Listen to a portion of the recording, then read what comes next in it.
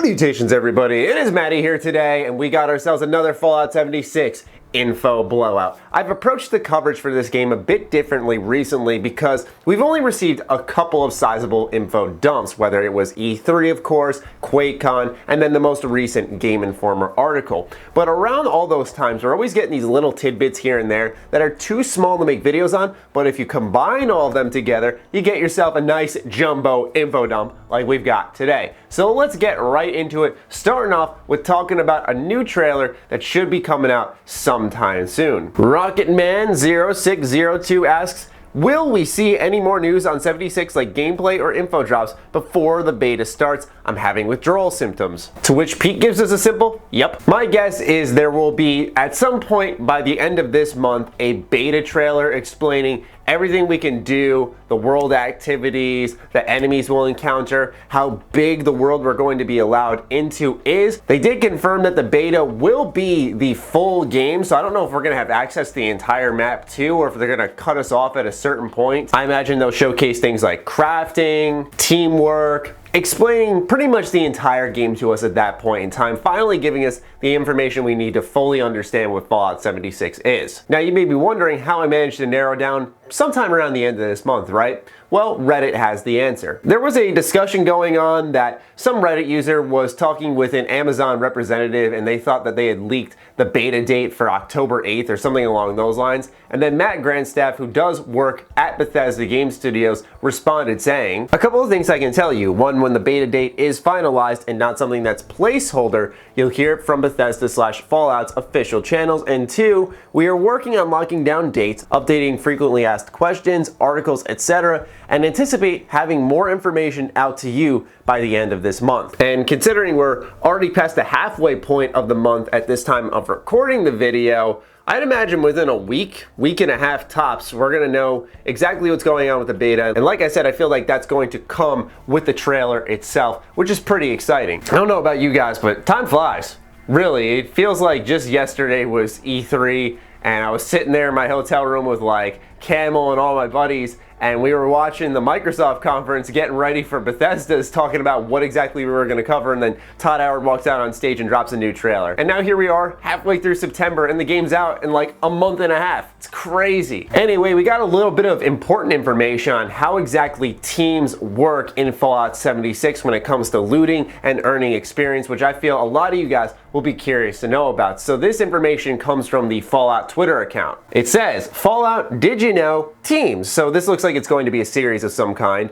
Every team member who assists in killing an enemy, successfully lands a blow, shot, etc., gets XP. The team member to land the fatal blow gets slightly more XP. Anyone can loot an enemy corpse after it's been killed, regardless of who killed it. The team system rewards you for participating, considering all you have to do is get one shot on them to actually earn XP. I hope that that slightly more XP doesn't end up accumulating to a ton over time where you start out-leveling your friends. I have to say, one of the worst feelings is when you're playing a cooperative game with your friends and they're like just edging you out, like you're level 41, they're level 42 kind of shit. Like, I don't know about you guys, maybe it's me, maybe it's a pet peeve, but I hate that because I know they're getting like 10 extra experience, but over time of those 40 plus levels, it just adds up and now they've officially out-leveled me. It's not like a jealousy thing, it's just like, keep us even here. The looting is what I personally found more interesting, however. Pete Hines had actually gone out of his way to answer a fan question about looting specifically. Corpses are looted individually, so everyone could get something different. If you kill a number of feral ghouls,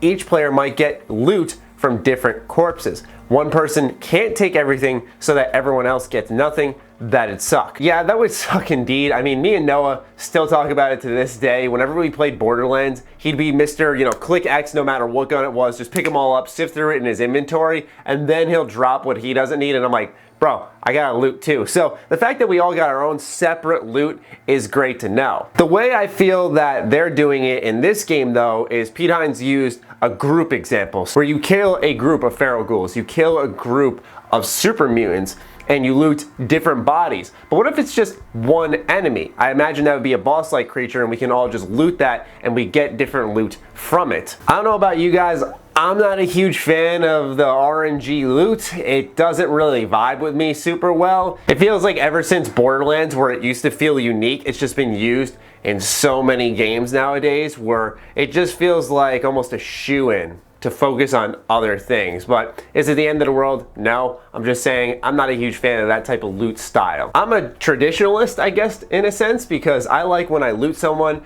and let's say they were wearing iron armor and holding an iron broadsword and they had a potion on them, that when I open up their inventory on the ground, that is exactly what they've got on them. We also got ourselves a brand new in-game screenshot. Myself and Lone were poking fun at like the 2015 versions of ourselves that would make a sole video of this screenshot, break it down for like 20 plus minutes and talk about it so extensively to the point of redundancy. But there are actually a couple little things in here that I just wanted to pick out throughout this entire info dump. According to the little blurb in the top left corner of the screen, we can craft bullets with gunpowder. So a little bit of New Vegas for you in the crafting system. In the middle, it's pretty obvious what's there. All these ammo types pretty much indicate exactly what types of guns are going to be in the game. So the railway rifle is going to be a thing again. There's crossbows. We know there's going to be a weapon that shoots cannons again. There's a flare gun, something that shoots harpoons. Fairly self-explanatory. Obviously, this paddleball string is going to be the most deadly weapon in the game. But what caught my attention most was on the top right corner, how the quests were laid out. So first contact, find the Overseer's camp.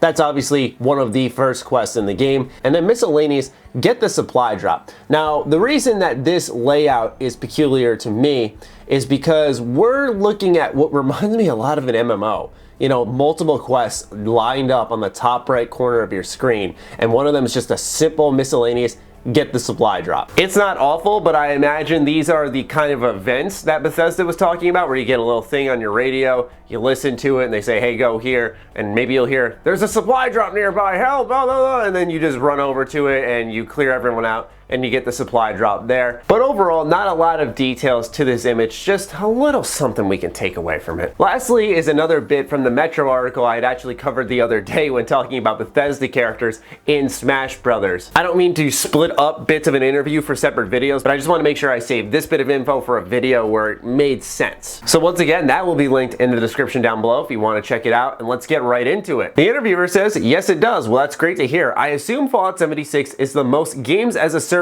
of the two when they were talking about Rage 2 and Fallout 76. So how long do you envision that lasting? Which P9 says, forever. Forever, the interviewer asks. P9 says, I'm not being ironic, like forever, because other people have said, is your timeline 2 years or 5 years? And I said, well, they're still playing Morrowind, and you go online and look at how many people are still playing Fallout 4 and Skyrim. Those games have been out for 4 and 7 years, and there are literally hundreds of thousands of people playing those games every single day, every single month. So Fallout 76, our timeline is perpetuity. Now what that content is gonna be and what that's gonna look like, I'm not sure. Part of our thing is we need to get people in the game and see how they respond. We've even taken this approach for past DLC. I don't know if you remember Fallout 3, the big consumer reaction when we launched the game was that they were all upset that it had an ending. And we were like, all the previous games had an ending. We thought we were sticking to what the franchise is, but they didn't want an ending, and we had a couple of DLCs in the work. But the third one we did, we're like, well, we need a DLC that removes the ending of the game and allows you to continue on. So Fallout 76 is gonna be like that. We have some ideas for this and that, but let's see what people want more of. Let's see what they respond to and support that. First of all, support forever is pretty crazy when you think about it, but it makes sense.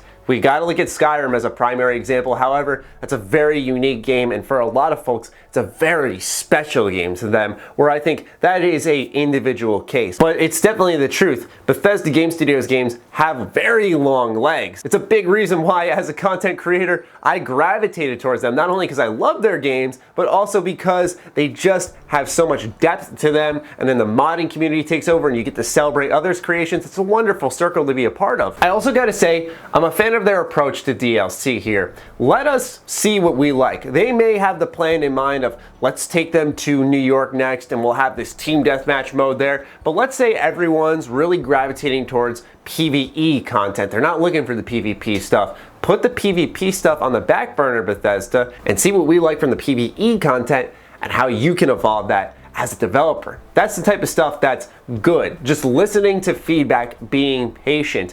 Now this wouldn't be too big of an issue if you just had the beta a little bit earlier, and then you could get this feedback in account for launch, and then get a little more launch feedback, and boom, gone on your DLC plans. It's like, wow, this is all so easily freaking solved if we just have a earlier beta. Can you tell it still kind of bugs me a little bit? Yeah, God, man. Anyway, that'll do it, ladies and gentlemen. Just a roundup of the information. A new trailer coming soon. Beta date coming at the end of this month. We have a new gameplay screenshot, a little bit of details on team play, and also we know how long Fallout 76 is planning on being supported for, which is forever. We don't know if that's really accounting for mods or if they're actually saying we're going to always release DLC for a very long time. Anyway, that'll do it for me, folks. I'd love to hear your thoughts on all this information I brought you today in the comments down below, so do fire away. Other than that, follow me on Twitter, like me on Facebook. Those links are in the description down below, along with my Patreon. Do consider supporting that as it fuels all the content we create here.